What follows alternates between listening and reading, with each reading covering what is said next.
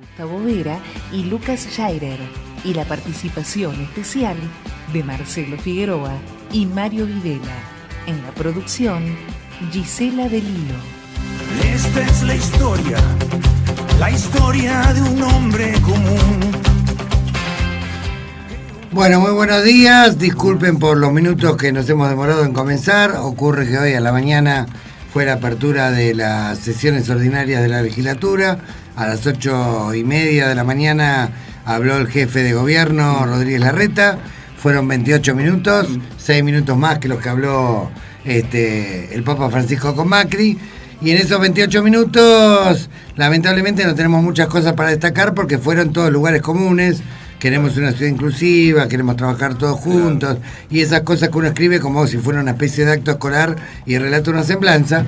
Pero a la hora de los datos crudos y duros sobre las obras que haría, la verdad que fueron ambigüedades. Por ejemplo, se dijo que había un tratamiento con los residuos que alcanzaba el 50% de la ciudad, que no es verdad.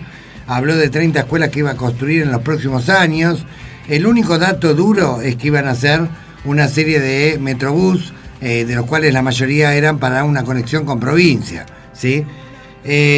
Algunos periodistas me preguntaron cuando terminó esta breve apertura que hizo el jefe de gobierno cuál era mi opinión, y le dije, bueno, no podía opinar sobre expresiones de deseo en lugares comunes.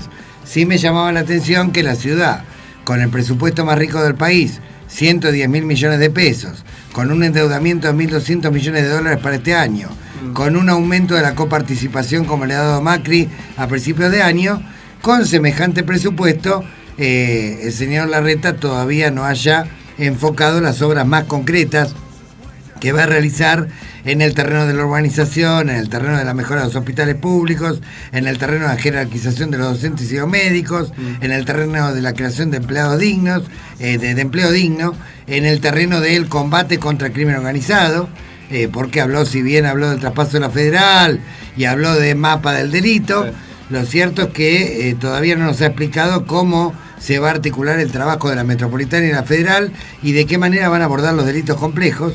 La federal ha sido traspasada sin beneficio de inventario, es decir, con todos los comisarios recaudadores que venían del gobierno anterior, y obviamente hay mucha tensión entre la federal y la metropolitana que naturalmente no se quieren unificar, justamente por este paso o este traspaso sin beneficio de inventario. Esta es la razón por la cual hemos llegado un poquito tarde, pero la verdad no mucho para destacar de la apertura de sesiones, donde hubo muchas ambigüedades que pueden responder a dos cosas. O todavía no han encontrado los técnicos para poder ejecutar este extraordinario presupuesto, o lo peor, esperemos que no haya ocurrido esto, le han dado una especie de préstamo financiero a la provincia de Buenos Aires que lo piensan recuperar con futuro endeudamiento, y en este momento no hay un peso o no hay todo el dinero que figura contablemente. Pero bueno, ojalá que no sea esto, ojalá que sea simplemente un problema de técnicos que tienen problemas para llevar adelante la ejecución del presupuesto de 2016, que insisto, es 110.000 millones de pesos. Una fortuna. Una fortuna. Para que se den una idea, en Matanza, casi con la misma población, el presupuesto de 4.000 millones de pesos. O sea, menos del 10%. O sea, claramente estamos frente a una de las ciudades más ricas, que incluso si se divide el presupuesto por todos los habitantes que viven en la ciudad, da el doble de ingreso per cápita que lo que daría en la media nacional, y el triple que lo que daría en la media de la provincia de Buenos Aires. No, un presupuesto fenomenal. Habla de 30 escuelas también. Un presupuesto fenomenal. Hablaba de 30 escuelas en varios años. En varios años. O sea, con lo cual, de alguna manera, dejó todas las cosas en un terreno ambiguo, y uno tiene el derecho a preguntarse, con semejante presupuesto, con un endeudamiento, con un aumento de la coparticipación, ¿cómo es posible que no puedas anunciar en forma contundente, después de más de 60 días de haber asumido, obras mucho más precisas respecto a lo que van a realizar? Después, con el tema de seguridad, es otro de los grandes puntos. El mapa del delito es algo que él, siendo jefe de gabinete, la Alameda trabaja en distintos barrios, le hemos entregado reiteradas veces mapa, nunca nos llamó ni nos preguntó. O sea, es totalmente falso en la práctica, por lo menos cuando fue el jefe de gabinete no hizo absolutamente nada con los mapas. Sí, bueno, vamos a ver, digamos, cómo caminan. Lo cierto es que llama mucho la atención un discurso tan breve, digamos, tan ambiguo y tan genérico y tan lleno de buenos deseos y pocas sustancia concreta cuando tenemos un presupuesto realmente tan grande. La sospecha que uno tiene frente al barril sin fondo, que es el presupuesto de la provincia de Buenos Aires, es que quizás le hayan dado una ayudita a los amigos y que estén esperando recuperar esos fondos dependiendo del endeudamiento. Endeudamiento que ellos subordinan al acuerdo con los fondos buitres, tema del que vamos a hablar con Alejandro Olmos Gaona, en breve, especialista en temas de deuda. Bueno, otro tema que fue importante fue la visita protocolar del sábado a las 9:30 de la mañana, en horario de Roma, entre el Papa Francisco y Mauricio Macri, el actual presidente votado por los argentinos. Sin duda un hecho histórico porque se encuentran, creo que por primera vez en la historia, un papa argentino con un presidente argentino, y por primera vez en la historia vemos a quien era el cardenal de la ciudad de Buenos Aires con el que era el jefe de gobierno de la ciudad de Buenos Aires. Es un hecho histórico por varios motivos. Sin embargo, este hecho histórico se dio en condiciones muy particulares. Fue una audiencia de las más breves que ha dado el Papa a un jefe de Estado desde que asumió como Papa Francisco. Quizá la que más breve hubo después de esta fue la que tuvo con la reina de Inglaterra, que duró 17 minutos. Esta duró 22. Digo para que el oyente se dé una idea. Inmediatamente después de recibir al Papa Francisco tuvo una reunión con el obispo de Quilmes que duró 53 minutos, ¿sí? O sea, prácticamente más que duplicó el tiempo que estuvo con en eso te hago una salvedad. La canciller Susana Malcorra hablaba de que no se pueden medir reuniones por tiempo. Ese es el justificativo del PRO. Bueno, ahí hay una cuestión importante, porque la conferencia de prensa que dio Macri duró 17 minutos. Prácticamente el mismo tiempo que duró la audiencia. Se supone que algo tiene que haber dicho Francisco también. A ver, es poco creíble, digamos. Y por otra parte, me parece que el gesto que Francisco tuvo durante todo el tiempo, donde evitó en cualquier foto sonreír, digamos, y expresar conformidad, creo que de alguna manera Francisco se maneja mucho con los gestos y quiso hacer saber su disconformidad por los preocupantes índices macroeconómicos que en este momento hay en la Argentina. Hay despidos en masa en el ámbito privado, hay despidos en masa estatales, muy poquitos justificados, la mayoría injustificados. Hay una inflación creciente, hay tarifas y precios de acceso de consumo popular que cada vez se vuelven más inaccesibles. Se viene una nueva ola inflacionaria a partir de que las tarifas lleguen a los hogares este mes. El dólar se ha disparado, sigue la fuga de divisas, no llegan inversiones extranjeras, está todavía más demorado que lo que ellos preveían el tema del endeudamiento, digamos, con Salvador, que ellos consideran como Salvador. Y la teoría de derrame después. Y la teoría de las mineras, quitarle las retenciones, es todo lo contrario a lo que señala Laudato Si, y la teoría me parece más profundo porque es él concentrando la política y dirigiendo la economía, y este es un gobierno que está apostando a que la economía y las multinacionales dirijan el mercado laboral. Bueno, de hecho, Mauricio Macri ha dicho en su conferencia de prensa que él le había dicho a Francisco que iba a haber trabajo a partir de las inversiones extranjeras. O sea, la teoría del derrame. O sea, llega dinero para los grandes pools económicos y estos pools económicos desarrollarían de alguna manera una especie de círculo virtuoso. Que hay muchos periodistas que tratan de interpretar, pero eso está escrito por el propio Francisco en Laudato Si. O sea, no es que vos estás hablando por el Papa. Esto es lo que dice el Papa. No. Laudato Si dice claramente que la teoría del derrame se ha demostrado históricamente como un fracaso, que el Estado tiene que intervenir sobre los sectores más vulnerables, que tiene que intervenir sobre las economías regionales también, que tiene que tratar de hacer ese tejido artesanal, rama por rama de la economía, para poder mantener de alguna manera accesible precios, tarifas, concretamente de consumo popular. Bueno, estas cosas no están ocurriendo. Con respecto al medio ambiente, las noticias no son mejores. Tenemos a gente de Monsanto ocupando lugares importantes en el Ministerio de Agricultura, también en el INTA, lugares estratégicos del Estado. Tenemos a las mineras como la Barrick, que ha contaminado 5 ríos en una pericia oficial que hizo la Policía Federal, y el gobierno las premia quitando las retenciones, o sea, con menos presión impositiva. Bueno, esto está provocando un agujero fiscal, hay una transferencia de ingresos hacia los sectores más concentrados, hay cierta estigmatización a las organizaciones de la sociedad civil, a la que se les está amenazando que en 5 minutos se van a desalojar bajar los piquetes, no hay el mismo tratamiento judicial en los casos de Milagros Salas y Sturzenegger, Vudú, Schiavi y tantos otros que están condenados o procesados. ¿Por qué digo que no hay el mismo trato? Porque, a ver, la justicia tiene todo el derecho, ¿sí?, a investigar irregularidades de Milagros Salas si las cometió. Lo que sí le debe de respetar, obviamente, el debido derecho a defensa, como se lo respeta a Sturzenegger, que está procesado con confirmación de la Corte Suprema y, sin embargo, no solamente no pisó un calabozo, sino que además dirige el Banco Central.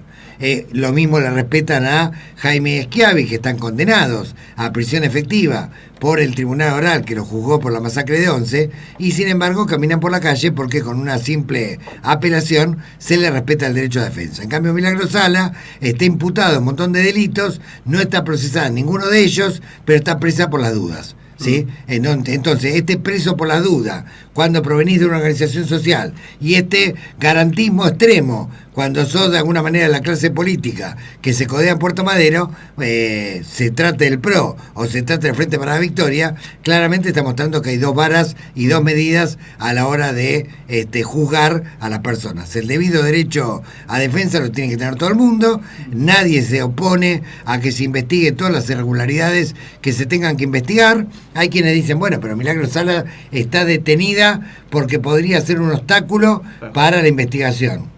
Jaime, ¿no? Jaime, coimero, por dádivas, arreglado con Cirigliano. Jaime no es un obstáculo que a través de la plata puede acallar muchos testigos, puede hacer desaparecer muchas pruebas, puede fugarse del país. Sturzenegger manejando un banco, procesado con confirmación de cámara por un desfalco en el megacanje de 50.000 millones de pesos, manejando esas cifras multimillonarias. Sturzenegger no es un peligro para obstaculizar la causa que se le lleva adelante. Claramente hay dos varas y dos medidas, no lo quieren entender, hay cierta sutil xenofobia, cierta sutil, como dijo bien el obispo Lozano, y de alguna manera no se está respetando el derecho a defensa. Por otra parte, la delegación que acompañó a el presidente Mauricio Macri no fue la mejor. Urtubey tiene conflicto con los obispos por el tema de Orán y el tema de los narcos. Cornejo tiene problema con la institución iglesia por el tema de algunos subsidios, digamos, que estaba recibiendo la iglesia que ahora no recibe. Bertone tal vez no tenga ningún problema, salvo que la sobrina nieta de Tarcisio Bertone, el jefe de Estado, digamos, archienemigo de Francisco, digamos, que trataba de defender el estado de cosas que había en la época de Benedicto en lo que respecta a IOR y al manejo irregular de los fondos y al encubrimiento de pedofilia, etcétera, etcétera. Así que no acompañó, la comitiva no fue un... Sí, sin embargo hay una serie de mitos que hay que, descartar. El primero es que a los K los recibía exclusivamente, con sonrisa, con exclusividad, y al macrismo lo recibe con frialdad. Esto es mentira. Mauricio Macri fue recibido en Santa Marta, con Antonia, con Julián Aguada, fue recibido el día de la Asunción, fue recibido después en Santa Marta, fue invitado después a una cumbre de alcaldes a la cual se ausentó por razones electorales. Claro. Es decir, fueron varios ministros, que hoy son ministros del PRO, a entrevistarse personalmente en Santa Marta, concretamente con el Papa Francisco, Victoria Morales Gorleri, María Eugenia Vidal, Carolina Stanley, Federico Salvay, digo para dar nombre de gente que hoy ocupa cargos importantes en el gobierno del PRO y que ha visitado Santa Marta, no el Palacio Apostólico, y que ha tenido, digamos, reuniones y hasta fotos con Francisco. Francisco se ha reunido con jueces que han procesado a altísimos funcionarios kirchneristas, como el juez federal Lijo, ha defendido a fiscales que estaban arbitrariamente acusados, como Campagnoli, se ha reunido con los familiares de Once, cuando el gobierno nos recibía, se ha reunido con Félix Díaz, cuando el gobierno de Ifrán lo perseguía, así que es injusto contar esta historia de que Francisco se dedicaba exclusivamente a atender a gente del mundo K y no a aquellos que lo molestaron. Ha recibido a mucha gente, digamos, tanto del oficialismo como de la oposición, ha tratado de construir una relación con Mauricio Macri, que lamentablemente no pudo desarrollarse porque saltan evidencias no solamente en el ámbito nacional, sino en el ámbito internacional. Yo le pregunto a los oyentes, ¿Macri estaría a favor del restablecimiento de las relaciones de Cuba con Estados Unidos? No, claramente. Cualquiera que lo escucha sabe la posición que Macri ha tenido respecto a Cuba. ¿Macri estaría de acuerdo en el restablecimiento de las relaciones, ¿sí?, entre Obama e Irán? No, claramente. O sea, al contrario, piensa que Irán de alguna manera es un estado terrorista, demonizado, al que sí es posible hay que bombardear.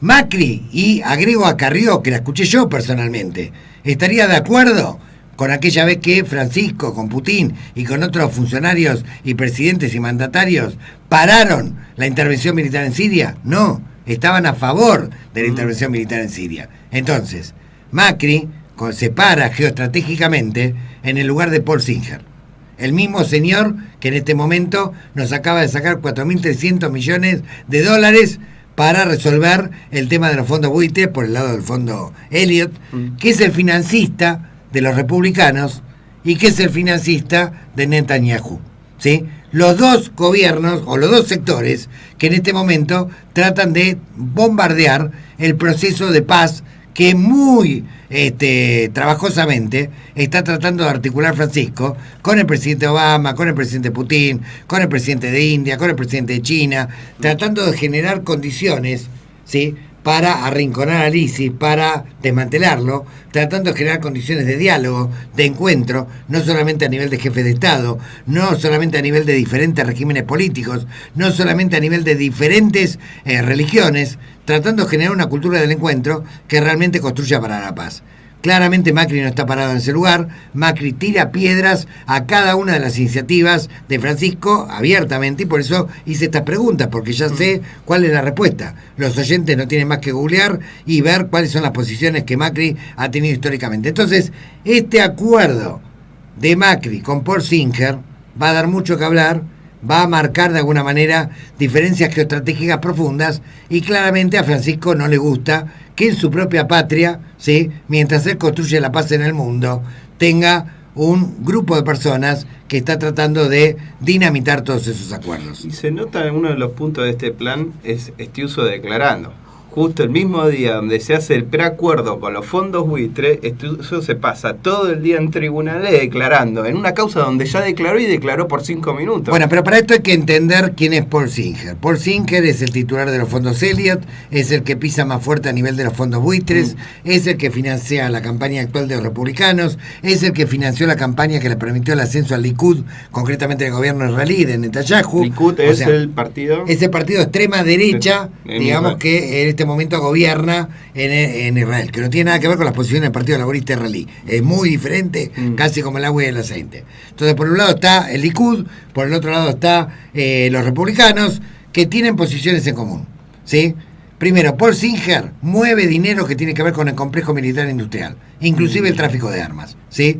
Influye, financia esos dos sectores, y esos dos sectores tienen algo en común. Se oponen a Obama y al Papa, claro, en el restablecimiento de relaciones con Cuba, se oponen al restablecimiento de relaciones con Irán, ¿sí? Se oponen de alguna manera a no permitir una invasión en Siria, son los que conciben que el desarrollo económico de sus países se hace a través de la guerra, ¿sí?, como lo han hecho siempre, básicamente. Como ahora está cambiando ese paradigma a escala internacional, quedan de alguna manera restos fundamentalistas que están tratando de cambiar ese paradigma, tratar de evitar que este desmantelamiento de la guerra mundial en cuotas se lleve adelante y volver a plantear el paradigma de la guerra. El paradigma de el poderoso se desarrolla haciendo la guerra contra los pobres, demonizándolos. Vos te acordarás de los famosos laboratorios de armas químicas de Irak, que después nunca se encontraron. Era un chamullo total, donde nos hicieron una campaña de propaganda feroz, digamos, y nos convencieron de algo que era irreal. ¿Sí? Era simplemente una excusa para poder justificar la invasión y la ocupación de Irak. Bueno, creo que tenemos que estar muy atentos. La cara de Francisco no es solamente por tal o cual hecho, es un conjunto de hechos, ¿sí? Pero claramente quiso dejar sentado en acta ante la prensa mundial y nacional su disgusto. Por supuesto, hay un montón de gente que no ve todos los problemas que hay de fondo dando vuelta alrededor de la reunión, de la entrevista entre Francisco y Mauricio Macri, y muchísimos sectores medios, digamos que en la capital particularmente, se han dedicado a vituperar a Francisco. Uno de ellos ha sido... algunos periodistas de alguna manera incentivan este tipo de desinformación y este tipo de alguna manera, adjetivación contra Francisco, y algunos hacen de alguna manera discursos que son realmente increíbles, como el caso del periodista Alfredo Leuco, que ha hecho una larga editorial donde le ha dado cátedra de moral a Francisco respecto a lo criminal, entre comillas, que sería de alguna manera darle un milagro a Rosario, un rosario a Milagro Sala. Hay que recordar que Alfredo Leuco fue el secretario de prensa del MTP, el Movimiento Todos por la Patria, que tomó un cuartel con la muerte de una decena de conscriptos en La Tablada bajo el gobierno de Alfonsín.